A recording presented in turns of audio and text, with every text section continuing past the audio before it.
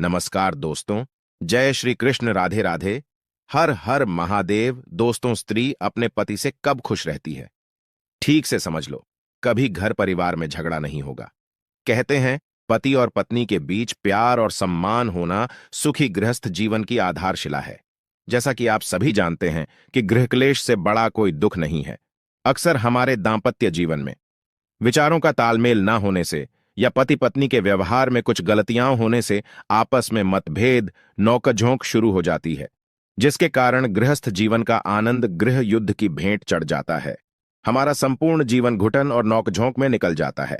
जिनकी जिंदगी ऐसे रोज रोज के कलेशों से भरी पड़ी है, उनके लिए यह वीडियो बहुत ही महत्वपूर्ण होने वाला है। आपसे निवेदन है कि वीडियो का एक एक शब्द ध्यान से सुने।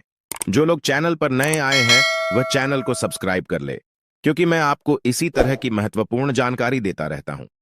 दोस्तों, एक बार की बात है, एक बड़ा ही वृद्ध और ज्ञानी व्यक्ति था, जो लोगों की समस्याओं का समाधान बताया करता था।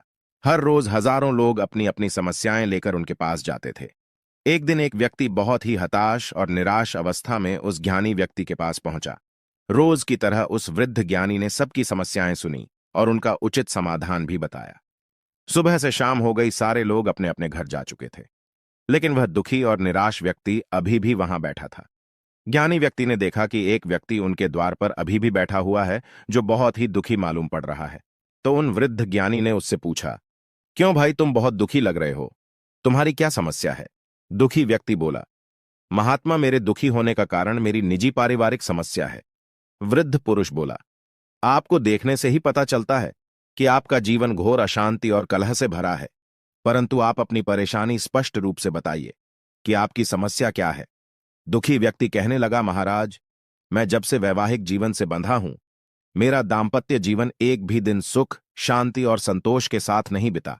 मैं अपने जीवन से इतना दुखी हूं, रोज रोज की घुटन से तंग आकर आत्महत्या करने का भी विचार मन में आता है। मैं अपनी पत्नी से संतुष्ट नहीं हूं। उसके और मेरे स्वभाव में जमीन आसमान का अंतर है। उसकी रुचि मेरी रुचि से बिल्कुल अलग है। उसकी आदत और विचारों में भारी असमानता है, जिसके कारण हम दोनों की जिंदगी में हर समय अनबन बनी रहती है। उसे सही से काम करना नहीं आता। वो मेरा कहा नहीं मानती। हर समय मुझसे लड़ती झगड़ती रहती है। कभी सीधे मुंह बात नहीं करती। उसे मेरा बर्ताव अच्छा नहीं लगता और मुझे उसका। मैं ऐसा क्या करूं जो मेरा जीवन खुशहाल हो जाए? दुखी व्यक्ति की बात सुनकर ज्ञानी व्यक्ति थोड़ी देर सोचते रहे और बोले कि थोड़ी देर रुको, मैं तुम्हारी समस्या का समाधान अभी बताता हूं। इतना कहकर वे अपने घर में चले गए। वह व्यक्ति द्वार पर बैठा सोच रहा था कि अवश्य ही ज्ञानी पुरुष मुझे कोई अच्छी बात बताएंगे, जिससे मेरी और मेरी पत्नी के बीच की कड़वाहट और पारिवारिक कलह खत्म हो जाएगी। हम दोनों के बीच का तनाव खत्म हो जाएगा। वो व्यक्ति यही सोच रहा था कि इतने में ज्ञानी पुरुष घर के अंदर से सूत लेकर लौटे, क्योंकि वे सूत काट कर अपने जीवन का निर्वाह करते थे।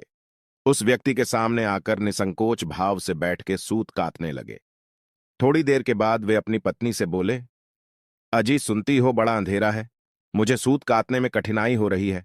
यदि तुम्हें तकलीफ ना हो तो मेरे पास एक दीपक जलाकर रख जाओ। दोस्तों, अभी काफी अंधेरा हुआ नहीं था। बिना दीपक के भी काम चल सकता था। फिर भी उन्होंने दीपक जलाकर रखकर जाने को कहा।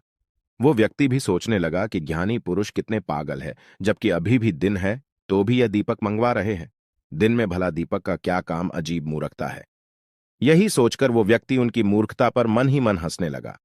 तभी थोड़ी देर में उसने देखा कि उस ज्ञानी पुरुष की पत्नी चुपचाप दीपक जलाकर लाई और जहां वह सूत काट रहे थे वहां रखकर चली गई।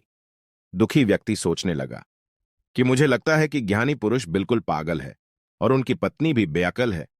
दिन में ही दीपक जलाकर रख गई। उन्होंने एक बार भी इनसे ये नहीं पूछा कि अभी दिन है, दिन में दीपक का क्या काम। दोस्तों, फिर उसने देखा कि उनकी पत्नी 2 गिलासों में दूध लेकर आई है। एक गिलास उसने अपने पति को दे दिया और दूसरा गिलास उस व्यक्ति को दे दिया और फिर घर में चली गई। फिर दोनों दूध पीने लगे। फिर उसके बाद ज्ञानी पुरुष की पत्नी भागती हुई आई और बोली कि दूध में मीठा तो कम नहीं रह गया। ज्ञानी पुरुष कहने लगी, नहीं भाग्यवान, हमारे हिसाब से दूध ठीक मीठा हुआ है। दोस्तों, उधर ज्ञानी पुरुष की पत्नी ने देखा कि नजर कम होने के कारण धोखे से दूध में चीनी की जगह नमक पड़ गया था। यह जानकर उन्हें बड़ा अफसोस हुआ, परंतु वह व्यक्ति सोचने लगा कि ज्ञानी पुरुष भी कितने अजीब और मूर्ख आदमी है। कह रहे हैं कि दूध में मीठा काफी है, जबकि दूध में मिठास तो है ही नहीं। नमक और चीनी में इन्हें अंतर नहीं पता चला। बड़े विद्वान बने फिरते हैं, इनसे भला मैं क्या अपनी समस्या का उत्तर पा सकूंगा? मैं भी ना जाने कहां आ गया हूं। इधर वो आदमी जला जा रहा था, उधर ज्ञानी पुरुष दूध पीकर अपना मुंह पोंछ रहे थे।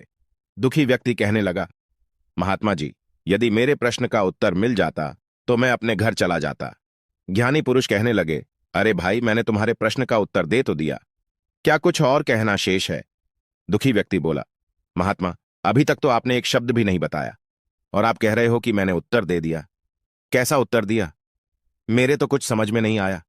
मुझे सही उत्तर दीजिए, क्योंकि मेरी कभी मेरी पत्नी से पटती नहीं है। मैं कैसे सुखी रहूं? ज्ञानी पुरुष बोले कि सुखी दाम्पत्य जीवन के लिए जरूरी है कि अपने घर के सदस्यों को अपने अनुकूल बनाओ और स्वयं भी परिवार के अनुकूल ढल जाओ। दोनों बदलो, कुछ तुम पत्नी की सहन करो, कुछ आपकी पत्नी सहन करे। अपने साथी के प्रति पूरा और सच्चे हृदय से प्यार ही कुशल गृहस्थ की आधारशिला है। अपने साथी की गलती हो तो दोनों को सहानुभूतिपूर्वक क्षमा करते रहना। यदि आपस में कोई मतभेद या गलतफहमी भी हो जाए तो जल्दी से जल्दी उसे दूर करने का प्रयत्न करो। मधुर भाषण और क्षमाशील स्वभाव से ही पति पत्नी के जीवन में सूखते हुए वृक्ष में भी श्वास आ सकती है। एक दूसरे पर अखंड विश्वास रखिए। आपस में संदेह उत्पन्न होने के कारण ही कई परिवार आज कष्ट भोग रहे हैं। इसलिए अच्छे जीवन की इच्छा रखने वालों संदेह के विष वृक्ष को अपने दाम्पत्य जीवन में न पनपने दें। हर परिस्थिति में एक दूसरे का साथ दीजिए। कष्टों को साथ सही करता था और सुखों के दिन साथ रहकर काटिए। बीमारी, पीड़ा, दुखी मानसिक स्थिति में एक दूसरे का पूरा पूरा साथ दीजिए। जितना हो सके एक दूसरे की आलोचना से बचें। देखा जाए तो कमी और दोष किसमें नहीं है, ऐसा कौन है जो सर्वगुण संपन्न हो? यदि आप परिवार में सुख और शांति चाहते हो तो दूसरों में दोष ढूंढने की आदत आज ही त्याग दो, क्योंकि दोस्तों एक दूसरे में कमियां निकालते रहने से कड़वाहट की भावना पैदा होती है। पति पत्नी आपस में ऐसा व्यवहार करें जिससे उनके आपसी भय और व्याकुलता की गंदी भावना नष्ट हो जाए। दोनों की आत्माओं की एकता बढ़े, आपसी विश्वास, दृढ़ता और उत्साह बना रहे। दोस्तों, खुश रहने के लिए त्याग की जरूरत होती है। नम्रता एक ऐसा गहना है जो सबको बस में कर लेता है। समस्या अहंकार से शुरू होती है और कुर्बानी पर खत्म हो जाती है। धरती पर भी स्वर्ग है, मगर भोगता कोई कोई है। रोना जिंदगी का समाधान नहीं। हर वजह का कारण होता है, वजह नहीं। कारण को समझना चाहिए। पति पत्नी का रिश्ता पवित्र है, सौदा नहीं। कुछ बातों के साथ झगड़ा जुड़ा रहता है, जैसे निंदा, चुगली, शराबखोरी, परस्त्री गमन, झूठ, आलस और किसी बात पर लंबे समय तक बहस करना। यदि आप चाहते हैं कि आपकी पत्नी आपसे झगड़ने के बजाय आपका सम्मान करें, आपसे प्रेम करें, तो अपने अंदर कुछ आदतों में सुधार कीजिए। जैसी पत्नी के कार्य की प्रशंसा। एक बार को उससे कुछ गलती भी हो जाए, भोजन में कुछ कमी रह जाए, तो भी उसके कार्य की सराहना कीजिए। इससे कार्य के प्रति उसका आत्मविश्वास बढ़ेगा और आपके प्रति प्रेम। वो सोचे कि मेरा पति कितना अच्छा है कि मुझसे एक गलती हो गई, उसे भी छुपा गया और मेरी मेहनत के लिए मुझे सराहा भी। दोस्तों, याद रखना, जब पत्नी प्रसन्न रहेंगी तभी वो आपको प्रसन्न रख पाएगी। पत्नी को खुश रखना पति का कर्तव्य है। यदि पति अपनी पत्नी को सम्मान देता है, उसके कार्य को सराहता है, उसे सहयोग देता है, उसके किसी कार्य को लेकर उस पर चिल्लाता नहीं, दूसरों के सामने उसे अपमानित नहीं करता, तो स्त्री हमेशा प्रसन्नचित्त रहेंगी और जब वो प्रसन्नचित्त रहेंगी तभी वो आपको प्रसन्नता दे पाएगी।